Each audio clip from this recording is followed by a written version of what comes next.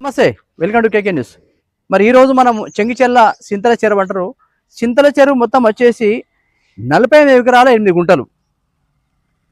45 ఎకరాల 8 గుంటలు చెరువు. మరి చెరువు పక్క ఉంటే పక్క ఉంటే అపార్ట్మెంట్ కట్టు జరిగింది G+5. కింది చూసుకున్నట్టయితే దాదాపు ఒక 20 ఫీట్ల కిందికి సెలర్ చేసడం జరిగింది. దాని మించి మళ్ళీ ఫ్లోర్ చేసి దాని ఏర్పాటు చేయకుండా ఎవరు చూడకుండా G+5 కట్టు జరిగింది. దీనికి పర్మిషన్, ఎలాంటి పర్మిషన్ లేదు, సెట్ బ్యాక్ లేదు. ఇది బఫర్ జోన్ కిందకి వస్తుంది. ఒక్కసారి ఇక్కడ కాలనీ వాళ్ళు కూడా ఉన్నారు, కాలనీ సెక్రటరీ ఉన్నాడు. మరి ఇక్కడ మనకు తెలిసిన పెద్ద మనుషులు ఒకసారి అడిగి తెలుసుకుందాము. కావున దీని విషయంలో వీళ్ళు చెప్తారు, శూన్యంగా చెప్తారు వీళ్ళు. మనం అడిగి తెలుసుకోవడం జరుగుతుంది. నమస్తేనే. ఏంది ఈ చెరువు గురించి, ఏంది ఇక బిల్డింగ్ అపార్ట్మెంట్ గురించి ఏంది, ఏం జరుగుతుంది అసలు? ఇది టోటల్ 45 ఎకర్స్ చెరువు సార్. ఇది 48 ఎకరాల మాకు తెలిసి 45 చిల్లరేమో అని చెప్పిండు. యాక్చువల్ గా ఏంటంటే ఈ బిల్డింగ్ దానికి కూడా సార్ పర్మిషన్ లేదు, బఫర్ జోన్ లో ఉంది. చెరువుకు యాక్చువల్ గా 43 ఎకరాల 8 గుంటలు. 43 ఎకరాల 8 గుంటలు. అయితే మొత్తం సార్ ఈ వాటర్ పొల్యూటెడ్ అయిపోయి ఇటు కిందికి జాలాలు వచ్చినప్పుడు కూడా ఆయన రిటర్నింగ్ వాళ్ళు కట్టేసేసి బఫర్ వాటర్ మొత్తం లోపల వాటర్ వస్తుంది చెరువులో. ఈ చెరువు మొత్తము పొంగుతుంది, వాటర్ బయటకు వెళ్తలేవు. దీని వల్ల ఒకవేళ కట్ట దిగి ఏమైనా అయితే ప్రాబ్లం, వెనక కాలనీ ఎటు పోవాలి, దీని వల్ల ఎఫెక్ట్ ఏంది? టోటల్ దీని వల్ల మొత్తం ఫిర్జాది కూడా బోడుప్పల్ మా కాలనీ మొత్తం టోటల్ వాటర్ లోనే వెళ్ళిపోతుంది. ఇంతవల్ల ఒకసారి అయిపోయినప్పుడు మేము ఏం చేసినాం అంటే లాస్ట్ కు నైట్ కు పోయి మేయర్ సాబ్ రిక్వెస్ట్ చేసేసి అంబేద్కర్ ట్యాచ్ ముందర కాలువ కొట్టేసేసి పైప్ లైన్ వేసిండు, ఓవర్ఫ్లో పైప్ లైన్. అయినా కానీ కష్టమే సార్, ఎందుకంటే దీంతోనే నియర్లీ ఒక 16 కాలనీలు వాటర్లోకి వస్తాయి. ఈ బోడుపల్లి కాకుండా ఫిర్జాది కూడా 1, 2, 3, 15, 24 ప్లస్ విహారిక కాలనీ 5, రాయంచ డైరెక్ట్ అక్కడి వరకు పర్వతపూర్ చెరువు వరకు టోటల్ వాటర్ లోనే ఇదైతే సార్. ఈ చెరువు డ్యామేజ్ అయితే చెప్పినాం సార్, చాలా చెప్పినాం. అతను అప్పుడు ఎమ్మెల్యే, ఆయన ఎమ్మెల్యే. మేమేం చెప్తాం సార్, పవర్ యాదగిరి రెడ్డి ఎమ్మెల్యే, జనగామ ఎమ్మెల్యే. చాలా సార్లు ట్రై చేసినాము ఆయన. గవర్నమెంట్ కలెక్టర్ వచ్చి అప్పుడంటే బిఆర్ఎస్ గవర్నమెంట్ ఉండే, ఇప్పుడైతే కాంగ్రెస్ గవర్నమెంట్ అంది. ఇప్పుడైనా మరి అలా చూసి తీసుకోపోతే ఎలాంటి మనకు ఒకసారి ఫస్ట్ సీఎం అక్కడ గ్రీవెన్స్ ఇచ్చి వచ్చినాం సార్. దీని గురించి లెటర్, దీని గురించి ఇచ్చినాము, ఈ వాటర్ గురించి ఇచ్చినాము, ఈ మొత్తం మన ఏది SNDP డ్రైనేజ్ వ్యవస్థ గురించి ఇచ్చినాము. అది లేకుంటే ఏం చేసినాం సార్, ఈ కనీసం ఇళ్ళకు పొల్యూటెడ్ వాటర్ కూడా ఇది కాకుండా పైప్ లైన్ వేసేసి డైరెక్ట్ ఫస్ట్ వార్డ్ నుంచి అక్కడి వరకు కనెక్ట్ చేయాలి అని చెప్పి కూడా సార్ చాలా సార్లు చెప్పినాం. మొన్న రిప్రజెంటేషన్ కూడా ముఖ్యమంత్రి గారు ఫస్ట్ గ్రీవెన్స్ నాటి పోయి ఇచ్చేసి వచ్చినాం సార్ మా కాలనీ. మీరేంటిది కాలనీకి మీరు మామూలుగా చెప్తున్నారు కదా, ఇప్పుడు దీనికి వాటర్ ఎటు పోవాలి, ఇది అని చెప్తారు కదా, వాటర్ ఎటు పోవాలంటారు మీరు?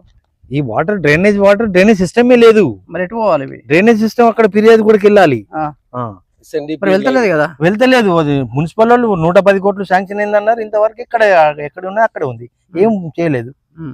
పై కాలనీస్ ఎన్ని ఎండిపోతుంది మొత్తం, చెరువు ఎండిపోయి మొత్తం ఎన్ని కాలనీస్ ఉన్నాయో ఎప్పుడు కట్టదంతా మీకే తెలియదు. కట్ట ఇప్పుడు ఒకవేళ 4 వర్షాలు కొట్టినా అనుకో అయిపోయే అవకాశం ఉంది. కమిషనర్ వాళ్ళు పట్టించుకోవాలి, గవర్నమెంట్ పట్టించుకోవాలి.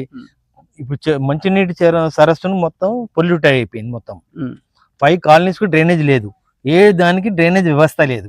దానికి తొందరగా చేస్తే ఎప్పుడన్నా బయటపడతాం మనం. ఈ వర్షాకాలం డైరెక్ట్ ఫిర్జాది కూడా దాంట్లో లింక్ చేయాలి. వర్షాకాలం వస్తే చాలా ప్రాబ్లం అవుతుంది. ఇంకా అదే ఇప్పుడే ఇట్లా ఉంది అంటే ఇప్పుడు రాబోయే కాలంలో వర్షాకాలంలో పరిస్థితి ఏంది, అప్పుడు మొత్తం రెండిపోతుంది కదా. మరి కొంచెం ముందుకెళ్ళి చూసుకుందామా, ముందుకెళ్ళి చూసుకుందాం మనం ఒకసారి. అట్లా చూస్తుండండి. ఓకే, మనం చూసుకున్నట్టయితే చెరువు మొత్తము ఇది ఎలా ఉందంటే ఒక భూమిలా చెరువులా కనిపిస్తుంది. చెరువు అంతా రెండిపోయి ఈ చెరువు ఇలా వచ్చిన వాటర్ బయటకు వెళ్ళిపోలేదు, చెరువు ఇట్లా పొంగేస్తుంది. ఒకవేళ ఇంకో 10 వర్షాలు కొడితే ఇది తెగదట్టే ఉంది. కట్ట తెగిపోయి బయట వాటర్ పోయేటట్టున్నది. అంతలో పరిస్థితి ఎంతమంది కిందికి ఉంటుండే, వాటర్ చాలా కిందికి ఉంటుండే వాటర్ లోపల. ఇప్పుడు బయటకెళ్ళి వాటర్ ఇంట్లోకి వస్తున్నాయి.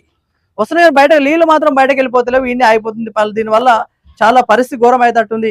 ఆ పక్క మొంటి అపార్ట్మెంట్ కూడా జరిగింది. అపార్ట్మెంట్ కట్టిన తన అది కూడా పర్మిషన్ లేదు. దాంతో పాటు ఇక్కడ మన కాలనీ సెక్రటరీ ఉన్నాడు, అడిగి తెలుసుకుందాము. ఏం చెప్పరు ఒకసారి దీని విషయం? దీనిలో సార్ యాక్చువల్ అయితే మొత్తం టోటల్ డ్రైనేజ్ వ్యవస్థ లేదు సార్. వాటర్ అంతా డ్రైనేజ్ వాటర్ అంతా ఈ చెర్లు వచ్చి లింక్ క్లబ్ అవుతుంది. ఇక్కడ నుంచి బయట కొనికి లేదు. యాక్చువల్ గా 110 కోట్లు SNDP దానికి శాంక్షన్ అయింది సార్. శాంక్షన్ అయిన తర్వాత వాళ్ళు ఏం చేసిందంటే 3 అలైన్మెంట్స్ ఇచ్చిండ్రు. ఒకటి అటు సైడ్ అంబేద్కర్ ట్యాచ్ నుంచి బీటీ రోడ్డు దాని గురించి ఇచ్చిండ్రు. రెండోది ఈ ఆర్టీసీ అక్కడ నుంచి ఇచ్చిండ్రు. మూడోది ప్రైవేట్ ల్యాండ్లకు వెళ్ళి ఇచ్చిండ్రు. ప్రైవేట్ ల్యాండ్ ఓనర్ అయితే ఆయన ఎక్సెప్ట్ చేయడు, కోర్టుకోతాడు. రెండోది మొదటిది ఏంటంటే సార్ R&B వాళ్ళు ఎక్స్పెండిచర్ ఎక్కువ అయిపోతుంది అని చెప్పేసి వాళ్ళు ఒక 10-20 మీటర్స్ వేసిన తర్వాత దాన్ని మళ్ళా కొలాప్స్ చేసేసి యాజిటీస్ చేసి ఆర్టీసీ సైడ్ నుంచి చేసిండు. ఆర్టీసీ సైడ్ నుంచి చేస్తే ఆర్టీసీ వాళ్ళు పర్మిషన్ రెడీ అయిపోయి మొత్తం పేపర్స్ కూడా మూవ్ అయిపోయినాయి సార్. అయిపోయిన తర్వాత కాంట్రాక్టర్కు బోడుప్పల్ మున్సిపల్ కార్పొరేషన్ వాళ్ళు పేమెంట్ ఇవ్వలేదు సార్. ఆయన మొన్న కూడా పేమెంట్ అడిగిండు, పేమెంట్ ఇవ్వలేదు. అయితే దీనికి ఒకటి సెపరేట్ కార్పొరేషన్ చేసి వీళ్ళకు అంటే ఈ బోడుప్పల్ ప్లస్ ఫిర్జాది కూడా 2 కార్పొరేషన్లను గ్యారంటీ షూరిటీ చేసి బ్యాంక్ లోన్ ద్వారా SNDP వర్క్ ను కంప్లీట్ చేయాలని చెప్పేసి ఒక అగ్రిమెంట్ చేసుకున్నారు. ఇప్పుడు అగ్రిమెంట్ చేసుకుని ఫిర్జాదిగూడలో పర్వతాపూర్ మొత్తం కంప్లీట్ అయిపోయింది. ఆల్రెడీ మూసి కనెక్ట్ అయిపోయింది. ఒక 100 మీటర్స్ ఇది చేసి అయితే అది కనెక్ట్ అయిపోతుంది. ఇంకోటి రెండోది ఏంటంటే ఫిర్జాదిగూడలో ఉన్న పెద్ద చెరువు కూడా మెయిన్ రోడ్ మీద వచ్చి డ్రైనేజ్ అయిపోయింది సార్. అది కూడా ఒక 100 మీటర్లు చేసేస్తే అది కనెక్ట్ అయిపోతుంది. అది కాంట్రాక్టర్ ఏంటంటే 2 కనెక్ట్ చేసేస్తే మళ్ళీ నాకు పేమెంట్ ఏది ఇయ్యారు అని చెప్పేసి ఆయన ఆపేసేసిండు సార్. 6 crores ఆయనకు పేమెంట్ ఫిర్జాదిగూడ వాళ్ళు కూడా పేమెంట్ చేసిండు. బోడుప్పల్ మున్సిపల్ కార్పొరేషన్ వాళ్ళను 2 కోట్లు ఇవ్వమని చెప్పి కాంట్రాక్టర్ చాలా రోజులు అడిగినా కానీ అప్పుడు కమిషనర్ గారు ఒప్పుకోలేదు. ఎందుకంటే డబ్బులు లేవని చెప్పేసి అంతలోనే ఈ ఎలక్షన్స్ కోడ్ వచ్చేసింది సార్. ఎమ్మెల్యే కోడ్ వచ్చేసింది. తర్వాత MP దాంట్లో డిలే అయిపోయి వర్క్ ఇప్పుడు ICD అయిపోయింది. ఓకే, ఇప్పుడు చెరువు విషయం చూసుకుంటే ఇలా ఉంటే ఈ బిల్డింగ్ ఈ అపార్ట్మెంట్ అనేది ఎలాంటి పర్మిషన్ లేకుండా కట్టిరు, కట్ట పక్కన ఉంటే దీనికి సెట్ బ్యాక్ లేదు. వాస్తవానికి ఒకవేళ కట్టదేవితే మీ కాలనీకి వాటర్ వస్తాయి. దీనివల్ల మీ కాలనీకి డిస్టర్బ్ ఉందని చెప్తున్నారు. టోటల్ డిస్టర్బ్ అయితే సార్. ఒకవేళ మొత్తం మా కాలనీ కొట్టుకుపోతుంది కదా సార్, వాటర్ తోని మొత్తం కట్టదిగిపోతాయి. ఈ అపార్ట్మెంట్ విషయంలో ఎలాంటి పర్మిషన్ అసలు మేము చాలా సార్లు అడిగినాం సార్. పర్మిషన్ లేనిది ఎట్లా కడుతున్నారు అని కూడా అడిగినాం. బఫర్ జోన్ ఉంది, బఫర్ జోన్ లోనే మామూలుగా మీరు కట్టాలంటే మనం స్టేట్మెంట్ లో కూడా చూసుకున్నట్టయితే ఒక ఎంత దూరం ఉండాలంటే 90 గజాల దూరం ఉండాలని ఉంది. 30 గజాల దూరం ఉందని స్టేట్మెంట్ లో ఉన్నది. కట్టమీదనే కట్టేసింది సార్. యాక్చువల్ గా ఏంటంటే లోపలంతా ఫిల్లింగ్ చేసుకుంటూ వచ్చేసేసి ఒక 3.5-4 ఫీట్లు మొత్తం బెడ్ వేసేసేసి దాని మీదనే కాలమ్స్ రేజ్ చేసేసి అపార్ట్మెంట్స్ కట్టేసి సెల్లార్ పెట్టేసేసి STP కొరకు దాని అది ఆ సిస్టమ్ కావాలని. ఎందుకంటే దాని కూడా ఇప్పుడు పోనీకి డ్రైనేజ్ వ్యవస్థ కూడా లేదు. ఇప్పుడు ఎటు వెళ్తుంది మరి డ్రైనేజ్? ఇక దేవుడికి తెలవాలి. అయితే STP వేయాలా, లేకపోతే దాంట్లో లేకుంటే ఇక్కడ నుంచి తీసుకుపోయి ఈ చెరువులో కలపాలా, లేకుంటే SNDP కింద శాంక్షన్ అయితే దాంట్లో పోయి కలపాలి.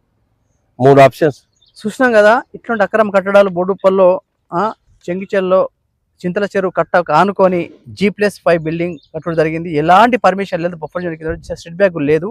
కానీ ఇంతకుముందు గవర్నమెంట్ మరి లంచాలు ఇచ్చి వీళ్ళని కప్పుపుచ్చి ఈ రకంగా చేసి జరిగింది. ఇప్పుడున్న గవర్నమెంట్ చర్యలు తీసుకోవాలి, సరైన చర్యలు తీసుకోవాలి. దీనిపైన శూన్యంగా దీనిపైన మేము చెరువు ఎన్ని ఎకరాలు కూడా మేము తీసుకుని జరిగింది.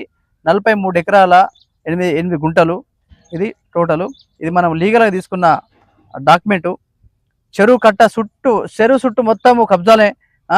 చెరువు అవతల సైడ్ కూడా మనము చూసుకున్నట్టయితే సెట్ బ్యాక్ తీసుకోవాలి. కాకపోతే చెరువునే ఇల్లు కట్టిరు, చుట్టూ కబ్జాలే. ఇప్పుడు చూసుకున్నట్టయితే 43 ఎకరాలు 8 గుంటలు లేదు. చూసుకున్నట్టయితే ఇదంతా టోటల్ కబ్జా కిందకి వెళ్ళిపోయింది మనం అనుకుంటాం. కానీ ఇక్కడ ఉన్న రాజకీయ నాయకులు కానీ, ఇక్కడ ఉన్న లీడర్స్ కానీ, ఇక్కడ ఉన్న గవర్నమెంట్, ఇంతకుముందు ఉన్న BRS గవర్నమెంట్ కానీ ఇట్లా చేసి మరి ఇప్పుడున్న గవర్నమెంట్ సరైన చర్యలు తీసుకొని దీనిపైన సరైన చర్యలు తీసుకోవాలని మేము KK న్యూస్ జరుగుతుంది. మా KK న్యూస్ ప్రజల కోసం ఇలాంటి అన్యాయం అక్రమ గురించి మేము చర్యల విషయంలో కానీ, ఈ కబ్జా విషయంలో ప్రతి విషయాలు ఎవడేస్తారు మాట్లాడదామని చెప్పుడు జరుగుతుంది. చూస్తానండి. Thank you. KK news.